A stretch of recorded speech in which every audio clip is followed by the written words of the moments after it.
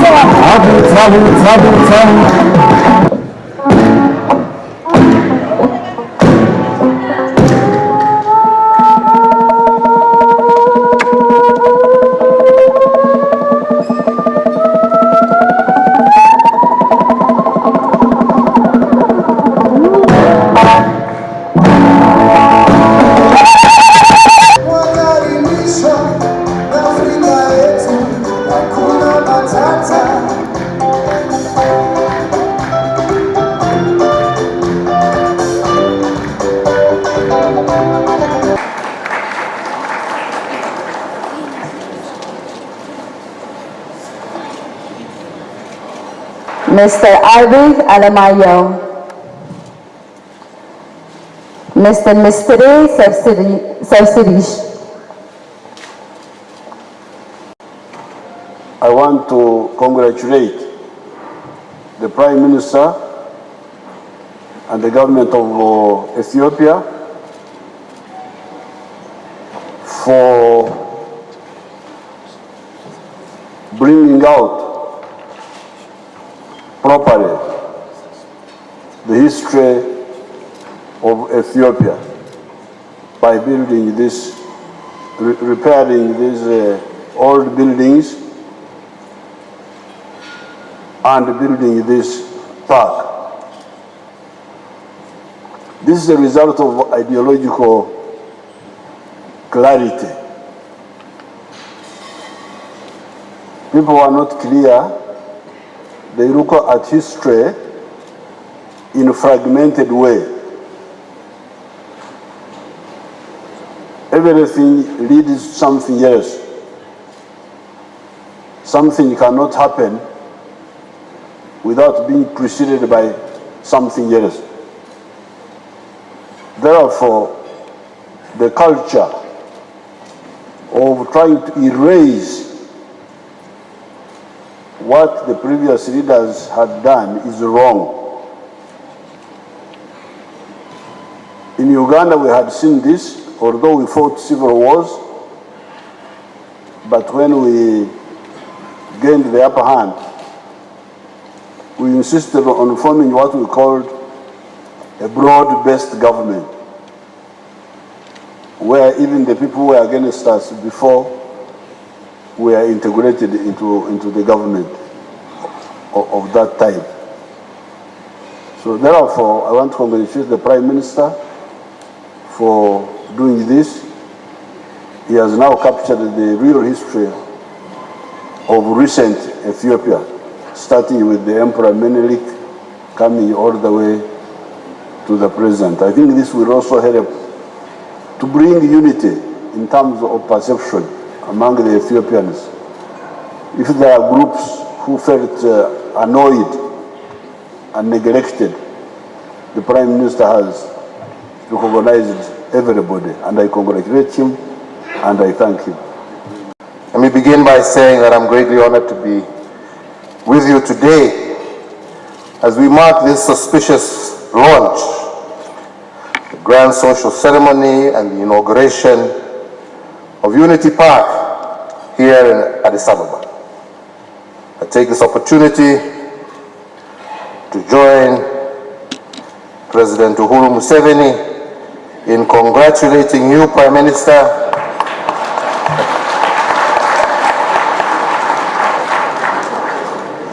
for this great work. Prime Minister, Kenya and Ethiopia have enjoyed a peaceful coexistence and developed through continued dialogue and excellent neighborliness. And this has created a very strong foundation from which our partnership continues to grow in areas of mutual interest, and it has also given us an effective platform for the resolution of disputes in our region. And this is something that we in Kenya appreciate. Your invitation to this memorable occasion not only assures me, but the people of Kenya, that the peace that has existed between our nations shall grow even stronger in the years to come. The inauguration of this Unity Park comes only a few days after you launched the beautifying of the Shenger project, a project that is part of the comprehensive work that your government is undertaking to beautify the historically significant and culturally important city of Addis Ababa. Ethiopia is undoubtedly endowed with a rich and colorful history that makes it unique on the African continent. As one of the few countries to have resisted and defeated efforts at colonialism, and it also serves as a constant reminder of the need to preserve our culture and indeed our sovereignty. In this regard, I have no doubt that this campaign that you have started to restore Addis Ababa to her rightful glory will not only open up new economic opportunities for the people of Ethiopia, but will also inspire others across the continent to focus on the creation of environmentally friendly cities and urban centers. Preservation, promotion of authentic African heritage is crucial for the social, economic, and environmental well-being of our societies and our people. Preserving and restoring African cultural heritage and the protection of our environment is a huge investment that we as leaders must continue to champion tirelessly. It not only serves to restore dignity, honor, and well-being to the African people today, but it also serves as an important beacon to help our future generations navigate an increasingly complex world in which history, traditions, cultural identities stand to be lost. So once again, congratulations, Your Excellency, your government, for your foresight. And I would like to commend you also on the bold steps that you have taken on political reform, as well as gender inclusivity. Political reform is difficult and is indeed a lonely path. And indeed, your courage and determined efforts to bring about positive change to Ethiopia is indeed worth emulating. At heart, we understand that these reforms are driven by the desire for all people in Ethiopia to live in peace and for all Ethiopians to prosper. Opening up to the public the palace, which was hitherto closed to ordinary citizens, is akin to your ongoing efforts to create a more open, cohesive, democratic state in which everyone contributes to the work of nation building.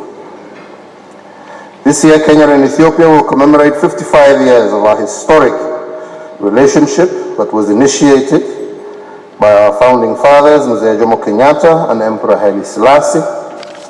The fraternal relations born out of the Pan-African movement and passion for independence of the African continent continue to flourish and expand every day.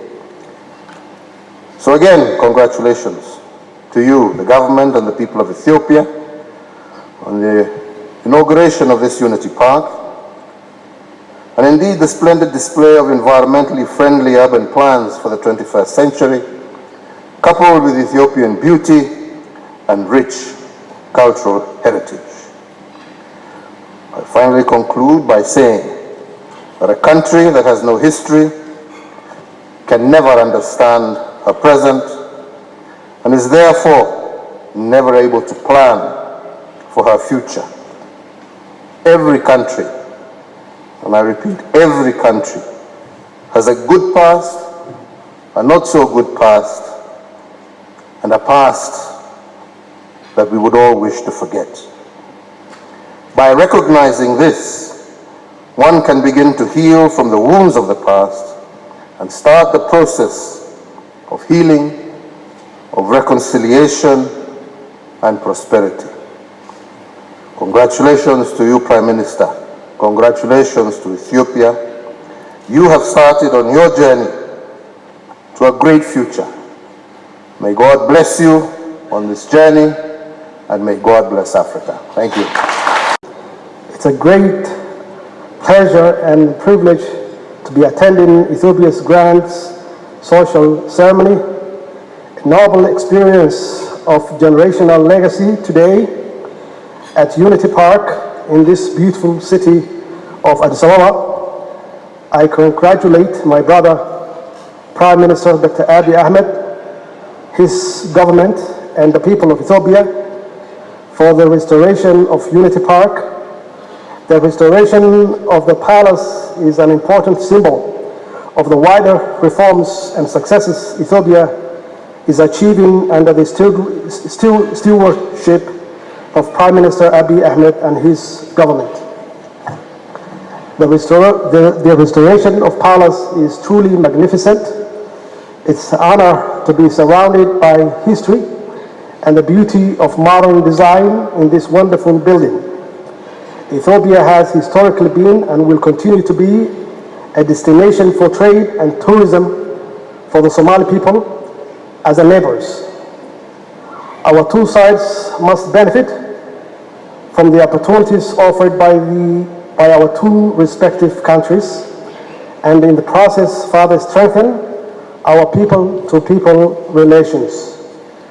Projects like the restoration of National Palace will certainly contribute to the Ethiopia's economic reform agenda by boosting and developing the tourism sector. On our sides, we are committed to encouraging tourism in our respective countries between our two peoples, and this is made much easier by the daily direct flights of Ethiopian Airlines, for which we are grateful. Tourism is a pillar of economic development that has the potential to create jobs, foster partnerships, and facilitate innovation. Restoration projects like the Unity Park is an important to diversify the economy in a way that celebrates the identity and history of the Ethiopian people. I once again congratulate you and the government and the people of Ethiopia on this magnificent success. I can assure you, Mr. Prime Minister, that my delegation and I are committed to using this celebration to spearhead greater economic cooperation between our two countries, especially in the area of tourism. And I thank you.